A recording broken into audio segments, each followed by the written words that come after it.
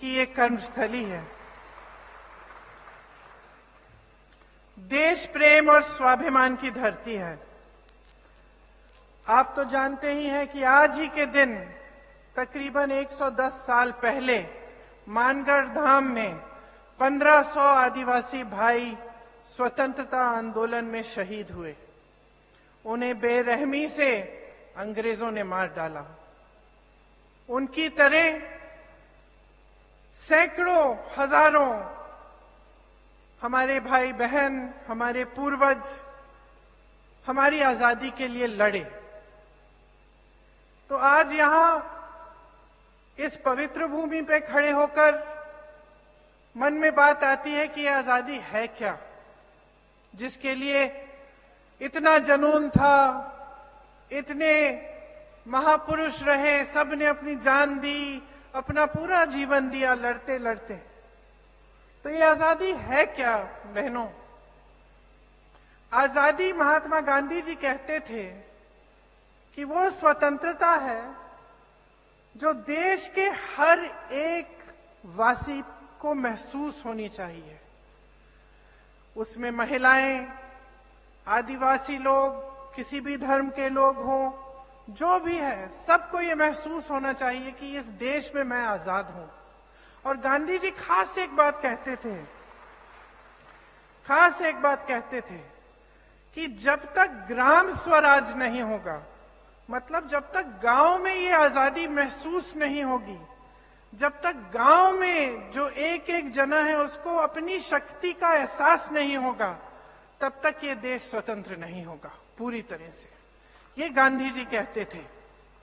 वो समझाते थे कि लोकतंत्र का मतलब क्या है, जो कि हमारे देश में अब दशकों से स्थापित है, जब से आजादी की लड़ाई हम जीते। लोकतंत्र का मतलब है कि देश में सबसे अधिक शक्ति जनता के हाथों में होती है। जनता तय करती है कि हमारी सरकार कौन बनाएगा, जनता तय करती है कि हमें ये नेता पसंद है कि नहीं, जनता तय करती है कि ये नेता लायक है कि नहीं, इसने हमारे लिए काम किया कि नहीं, हमारी सड़क बनी है, हमारी गांव में पानी आ रहा है, हमारे लिए कोई सुविधा है, हम खेती करते हैं उसके लिए कोई सहायता मिली है, हम मजदूरी करते हैं उसमें हमें कोई सहायता मिली है। जनता तय करती है। इसी को लोकतंत्र कहते हैं। इसीलिए एक लोकतंत्र में जब चुनाव आता है तो बहनों और भाइयों हमें बहुत विवेक से, समझदारी से सोचना चाहिए। आजकल तरह तरह की राजनीति चली है, आप मुझसे अच्छी तरह से जानती हैं।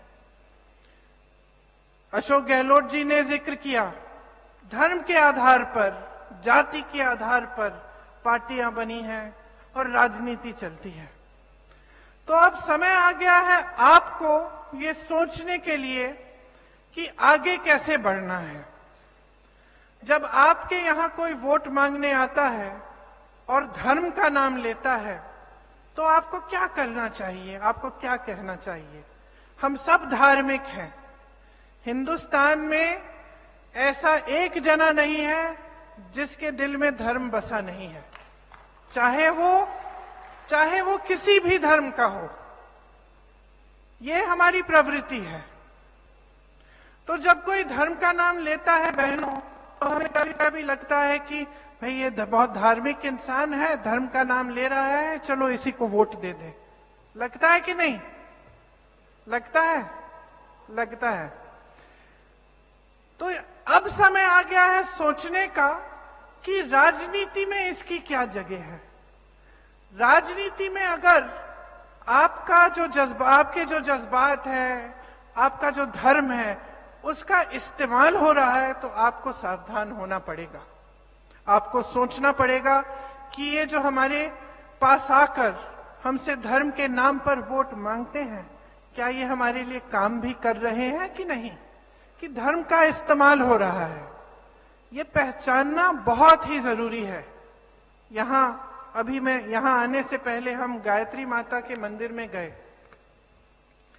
गायत्री मंत्र है, ओम भूर्भुवः स्वाहा तत्सवितुर्वरेण्यम भर्गो देवस्य धीमहि धियो यो न प्रचोदयात्।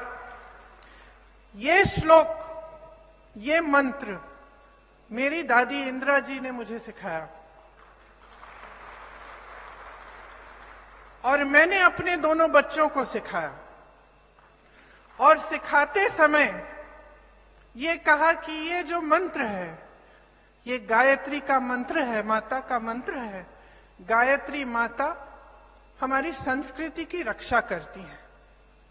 मेरी दादी इंदिरा जी कहती थी कि जो इस भूमि, इस धरती, इस देश की संस्कृति है वो यही है कि सब धर्मों का आदर होना चाहिए, कि सब जितनी भी अलग अलग सोच है, जितनी भी संस्कृतियां, अलग अलग संस्कृतियां हैं, जो आदिवासी संस्कृति है, जो कोई और संस्कृति है, उन सब का आदर होना चाहिए।